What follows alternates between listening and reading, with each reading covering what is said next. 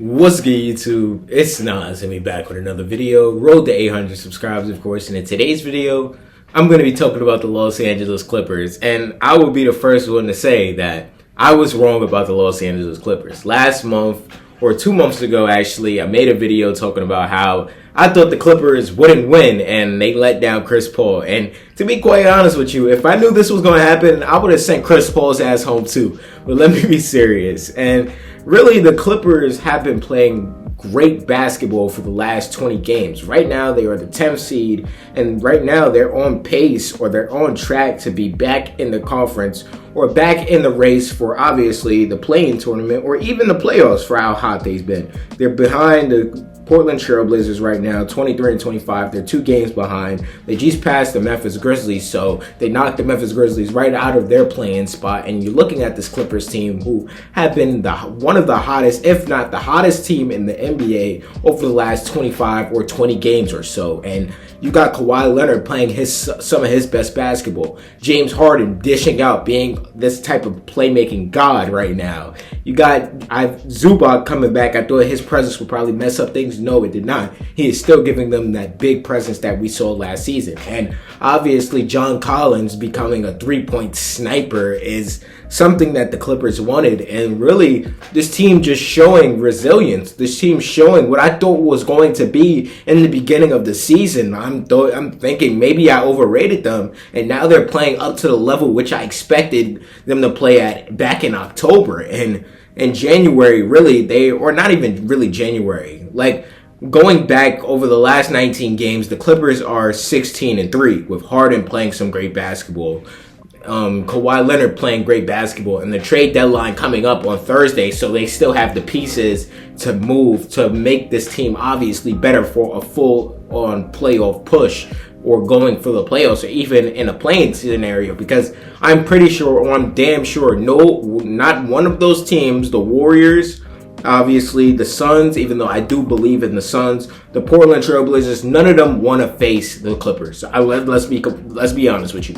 Nobody wants to face a red-hot Kawhi Leonard. What Kawhi Leonard is doing right now, I made an individual video talking about how Kawhi is carrying them to wins. Now I'm talking about the Clippers as an individual, as a team, and them defensively, them stepping up. Like, they're the only team to beat the red-hot Hornets. Like, that should just show you how good, really, the Clippers have turned this season around. And really, this team isn't really talented, like I would say, off the bench or even in the starting lineup. I really do feel like it is Kawhi Leonard and James Harden basketball, and when John Collins is open, they're kicking up to shooters. But today they play the Nuggets with Nikola Jokic returning, and really they're on a winning streak right now. They're on a 3-game winning streak since losing to the Bulls, which really they shouldn't have lost, and really the only loss they have are to the Bulls and to the Knicks this January. And when you're looking at this season and you're looking at this team, I thought this would probably be a scratch and we would look at a first-round pick going to Oklahoma City. And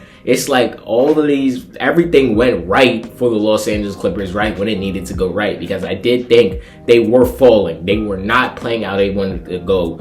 They were not playing how they wanted the season to go. James Harden started to slip a little bit, but you know who didn't slip when he came back from his injury? It was Kawhi Leonard. And I feel like everybody is always so harsh on Kawhi Leonard when we criticize him. We talk about how he doesn't want to be on the floor. He doesn't. Yeah, let's just say that. He does not want to be on the floor, when that isn't really the case at all. Kawhi Leonard wants to play basketball. Kawhi Leonard is one of the best players in NBA history. He's one of the best players in the league. He should be an all-star lock this season. And right now, I'm about to tell you his stats, because really, this might be the best or the most complete I've seen Kawhi.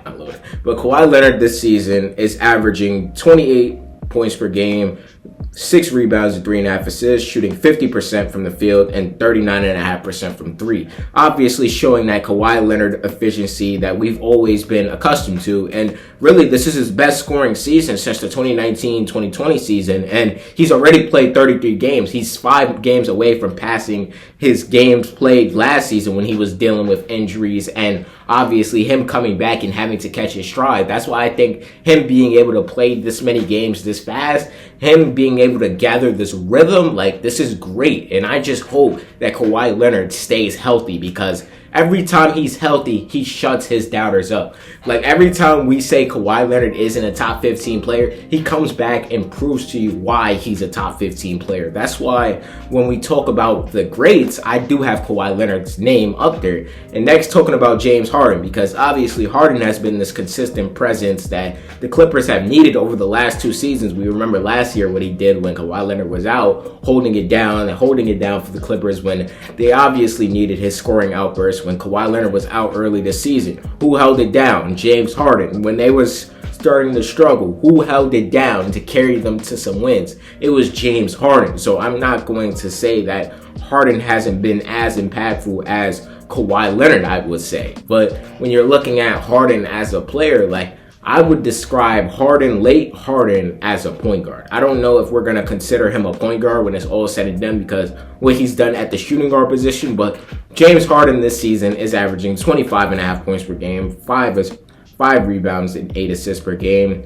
he's shooting 34% from the 3 and really 42% from the field. My bad. It's everything's not loaded right now. It's really cold where I'm at. But when you're looking at Harden, this being a more aggressive James Harden that we've seen over the last couple of years, like him showing his scoring outburst this season, which I feel like we've been lackluster of James Harden scoring the ball. I feel like we probably took that for granted when he was this primetime scorer, and him having to close out games, him having to step up, be this number one option, even though over the last couple seasons, we've known that James Harden does not want to be the number one option anymore, and him still proving that he still has it in him just really proves a lot and what he means to really overall to this Clippers team. Next, talking about John Collins, because I talked about how elite of a shooter he is, so why not talk about his percentages and what he's really actually doing